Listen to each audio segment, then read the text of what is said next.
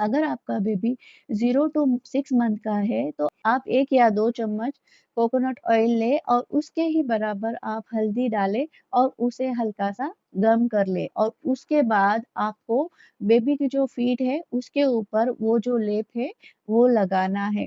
उस पे आप सॉक्स पहना दें और उसे रात भर ऐसे ही छोड़ दें। हल्दी में करक्यूमिन और एंटी इन्फ्लेमेटरी वार्मिंग होती है, जो बेबी के सर्दी-जुकाम को काफ़ी हद तक ठीक करती है।